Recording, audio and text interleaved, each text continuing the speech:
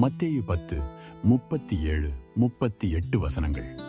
தகப்பனையாவது தாயையாவது என்னிலும் அதிகமாய் நேசிக்கிறவன் எனக்கு பாத்திரன் அல்ல. மகனையாவது மகளையாவது என்னிலும் அதிகமாய் நேசிக்கிறவன் எனக்கு பாத்திரன் அல்ல. தன் சிலுவையை எடுத்துக்கொண்டு என்னை பின்பற்றாதவன் எனக்கு பாத்திரன் அல்ல. நம்மில் பலர் பைபிளை சாதாரண புத்தகமாகவே வாசிக்கிறோம், ஆனால் அதன்படி வாழ்வதில்லை. இது இயேசுவின் வார்த்தை என்று நீங்கள் உணர்ந்தால் அதை உங்கள் இருதயத்தில் விதைப்பீர்கள். என் பிரியமானவர்களே, நாம் கடைசி நாட்களில் இருக்கிறோம். நம்முடைய பிதாவாகிய இயேசு கிறிஸ்துவின் வருகை மிக சமீபமாய் உள்ளது.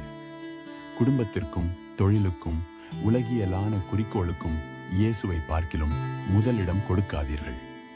அதற்கு பதிலாக இயேசுவுக்கு எல்லாவற்றுக்கும் மேலாக முதலிடம் கொடுங்கள்.